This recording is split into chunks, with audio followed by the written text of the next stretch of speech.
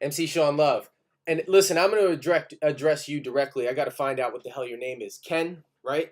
See, if you notice up until this point, I haven't been personal at all when talking about this SP-2400, about, the designers, anything like that. But, if you're going to address me personally, then let me address you personally. Uh, you know, I was coming with some suggestions that, listen, if I were in your position, I realize that the odds are stacked against my opinion. It's the less popular of the two.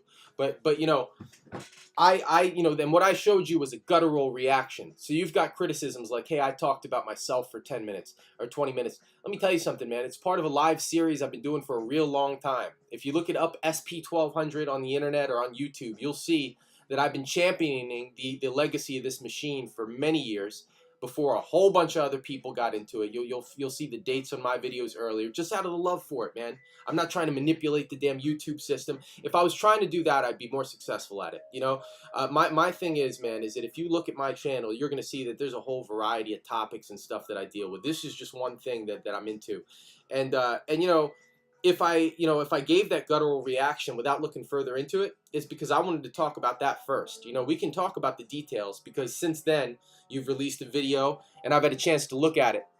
My thing is, though, is that the reason I had that guttural reaction firstly was because the design and the pads. You may think it's ridiculous to use the OG pads for a whole bunch of technical reasons, and I'm telling you, I've experienced it tells me it's not. I mean, it doesn't have to make sense to you why this is important to me, right?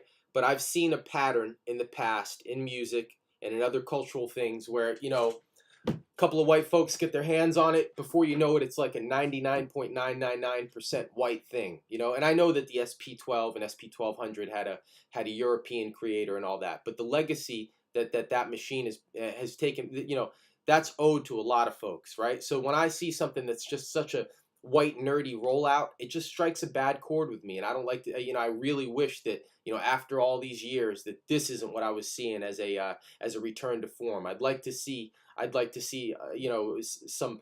I'd like to see a little bit of cultural diversity in your team, man, or at least in people that are presenting this, because I don't know, it's and it's okay. I think it's okay for that just not to be something that I enjoy watching. Look, I remember a time when there was a very, very limited handful of few people overseas or white folks in general that had anything to do with this hip hop production shit. The SP-12, SP-1200 is legendary because of hip hop.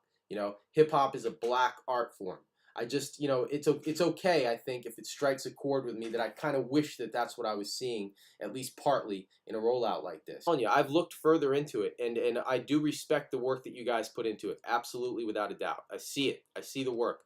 But what I'm saying to you is that it's not right. That if there's 30%, right around there's about 50, 60% of the people agree with me or you, it's leaning towards half the people. But if I were in your shoes and 30% of the people, were agreeing with somebody that had these criticisms, I'd be at least looking at it, right? And here's what I'll tell you. I respect the work that you guys put into it. I don't like the tone of how you're communicating with me. But what I'll promise you is that, if you get this right, if you guys take the foundation, which is somewhat solid, that you've built on so far based on what I've seen in that video, right? The work that went into it, right? That I respect. If you take that and you come out with a machine that much more closely resembles that original SP, that has a design, that has the buttons, that has an operating system that those of us that care about it can recognize, that if you do this right, out the gate, I'll buy 5 of them at twice the price, right? So if the highest price you're going to charge is $1,000, I'll spend up to $2,000 plus tax on each of 5 units right out the gate if you get it right. And the reason is because based on your solid foundation that you got there with some of the things like the crunch, right? Some of the other aspects of it that you talked about in the video. Based on that, if you're able to execute it in a way that turns it into a classic machine, then that $2,000 per unit will be well spent on my part because the value is going to hold, because you're not going to be able to output something like Emu did in the 80s at that number. And if you got a machine that's a classic machine, it'll be worth it. It'd be worth it for somebody to spend extra money when you can't produce it right away. And hopefully, some of the attention brought to this will at least raise your eyebrows to a couple of the issues that I brought up. And if not, that's fine too. But my guttural reaction was what it was. I since then am modifying my opinion to say that I do see the work that went into it, and I'm willing to put my money where my mouth is if you get it right. And I'm moving on from this at this point. Obviously, it's not a popular topic on my channel for me. Like I said, if you guys do a good job with this, you count on me for 5 right out the gate at twice the price. Please hold me to it. Peace.